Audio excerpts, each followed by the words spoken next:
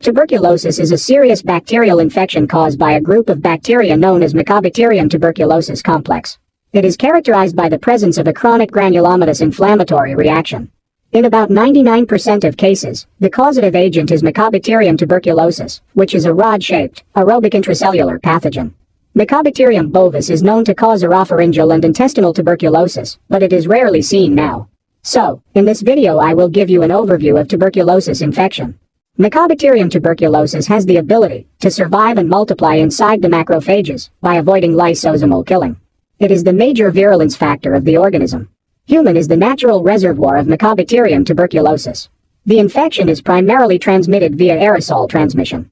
The organism primarily infects the lungs, but it can cause disease in any other organ in the body, including the liver, intestines, kidneys, bones, and brain. HIV infection is a serious risk factor for tuberculosis because its pathogenesis depends upon the host immune response. Other risk factors include alcoholism, immunosuppressive therapy, systemic diseases like diabetes mellitus, recent surgery, and smoking. In addition, workers in healthcare facilities, such as doctors, nurses, and laboratory workers, are also at high risk of developing tuberculosis. According to the pathogenesis, there are two types of tuberculosis. Primary tuberculosis occurs in a person who has no previous exposure to the organism. And secondary, or post-primary TB, occurs in patients who has previously exposed to the organism. Spectrum of the disease depends upon the host immune response against Mycobacterium tuberculosis.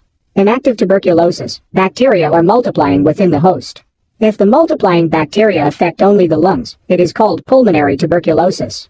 If the multiplying bacteria affect the organs other than lungs, it is known as extrapulmonary tuberculosis. The other type of active TB is miliary tuberculosis.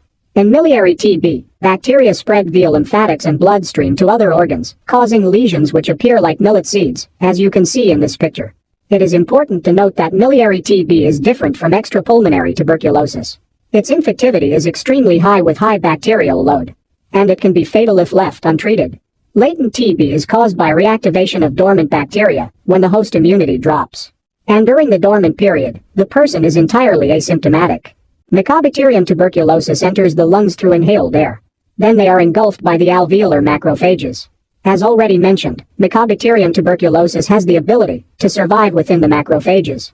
While surviving, they multiply within the macrophages during the first 3 weeks of infection.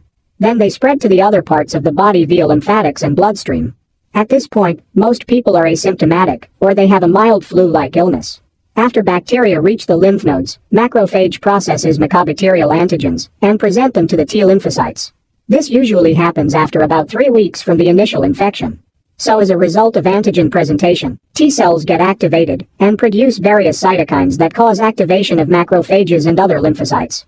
In immunocompetent hosts, activated macrophages kill bacteria by various mechanisms and halt the infection. At the same time, these macrophages secrete tumor necrosis factor, which induces the formation of granulomatous lesions, with subsequent tissue destruction and fibrosis. This granuloma formation in tuberculosis is a good example for a type 4 hypersensitivity reaction. Now let's discuss about the clinical presentation of tuberculosis. Persistent, chronic cough is the predominant symptom in tuberculosis patients. And they have a remittent, low-grade fever, which appears late in the afternoon and fades out by night. Patient develops anorexia due to the inhibitory effects of cytokines on the hypothalamus.